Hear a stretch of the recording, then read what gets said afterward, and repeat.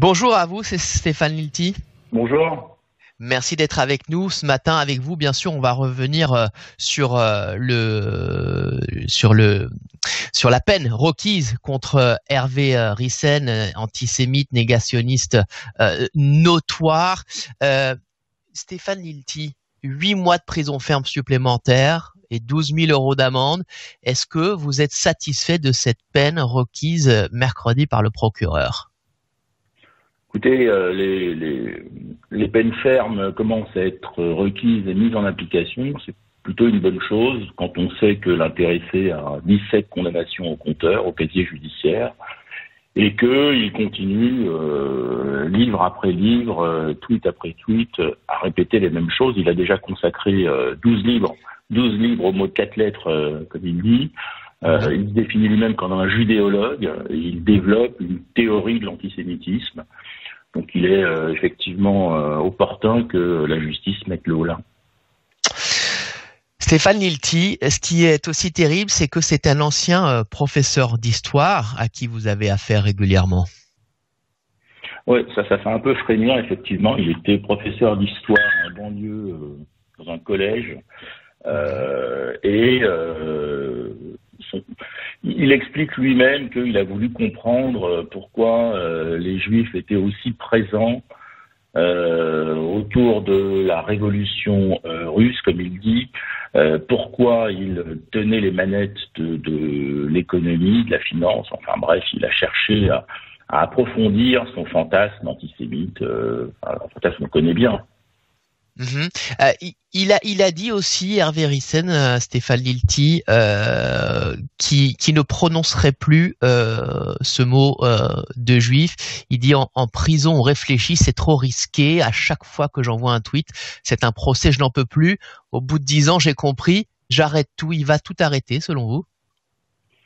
Je suis un peu sceptique en réalité parce que l'audience d'avant-hier lui a permis quand même d'expliquer que il n'était pas du tout saisi d'un repentir tardif, mais disons qu'il laissait aux autres le soin de faire le boulot, mais je pense pas qu'il va raccrocher les gants comme il dit et qu'il va passer à autre chose. Non, je pense que on a vraiment affaire à quelqu'un qui est maladivement antisémite et qui entend le faire savoir. Stéphane Lilti, il a été condamné 17 fois depuis 2005 pour injure raciale, diffamation raciale, provocation à la haine, négationnisme. Il est incarcéré à l'isolement depuis septembre. Est-ce que selon vous, il existe une différence entre Ryssen et Alain Soral et Dieudonné? Ils jouent la même partition. On voit bien que pour eux trois, il n'y a pas de juifs innocents. Maintenant, ils sont pas exactement sur le même créneau. Ryssen, c'est plutôt un théoricien. Soral, c'est un homme d'action. Quant à Dieudonné, il est au milieu des deux. Non, je considère que Ryssen a une place tout à fait particulière. Des trois, je dirais que c'est le plus fanatique sur le plan idéologique.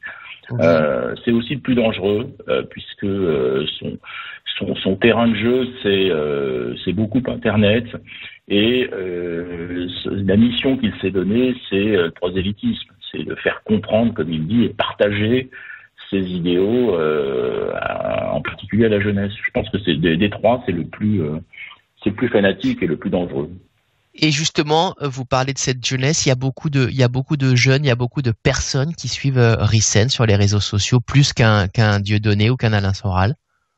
Non, pas du tout. Ryssen a une audience beaucoup plus confidentielle, mais il parle à des gens qui sont des radicaux. Ça veut dire que à l'audience d'avant-hier, il y avait un prêtre en soutane, il y avait des jeunes skinheads, et des espèces de faune dont on sentait bien qu'il avait envie d'en découdre. Soral, lui, s'adresse à tout le monde et il s'adresse en particulier aux jeunes de banlieue. C'est pas la même clientèle. Quant à Dieudonné, il a ses fans qui l'ont suivi du théâtre de la Main d'Or au bus dans lesquels il donne ses spectacles. Oui, mais encore une fois, c'est la même partition à trois voix, des voix différentes, mais des voix concordantes. Donc finalement, Stéphane Lilti, excusez-moi l'expression, mais il serait parti, ça c'est bien les rôles. C'est bien huilé tout Je ça. sais pas. Non, mais je ne sais pas s'il y a un complot des antisémites pour se répartir entre eux les différents rôles. Ce que je sais, c'est que ils occupent le paysage numérique de manière harmonieuse. C'est vrai.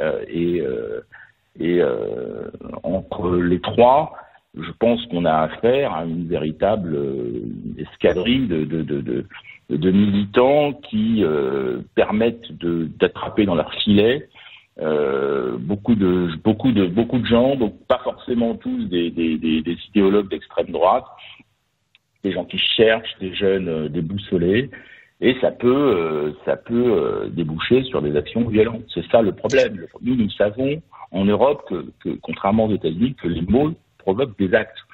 Donc, il faut vraiment faire attention sur la liberté d'expression. Stéphane Lilti, pour conclure avec vous, ce matin, vous consacrez une grande partie de votre temps, et on l'a bien compris, de votre vie sur tous ces dossiers de racisme, d'antisémitisme, de négationnisme. Qu'est-ce qui vous frappe le plus pendant tous ces procès? Qu'est-ce qui vous sidère le plus? Ce qui me sidère le plus, c'est que c'est sans fin, en fait. C'est que livre la tête que vous coupez repousse ailleurs, et c'est un combat qui est permanent, mais qu'il faut mener parce que si vous le faites pas, personne ne le fera à votre place. Et donc vous allez continuer ce combat. Vous réussissez vous réussissez à développer des armes au fur et à mesure pour justement décontenancer ceux qui sont auteurs de racisme et d'antisémitisme. Alors oui, ces procédures, on les mène pas simplement avec des bons sentiments. Il faut beaucoup de technique, beaucoup de travail et de la détermination. Mais je ne suis pas seul à mener ce combat. Il y a heureusement beaucoup d'avocats talentueux qui interviennent à mes côtés, beaucoup d'associations. L'UEJF que je défends est accompagné systématiquement dans les procès par J'accuse que je défends également, par la Ligue des droits de l'homme, rarement par la Ligue des droits de l'homme, mais plus souvent par SOS Racisme et les MRAP.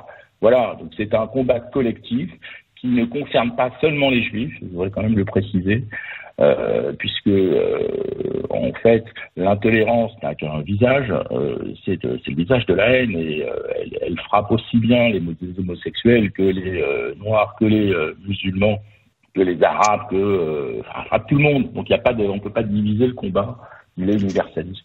Stéphane Lilti, merci à vous, merci pour votre combat et à très bientôt sur nos ondes.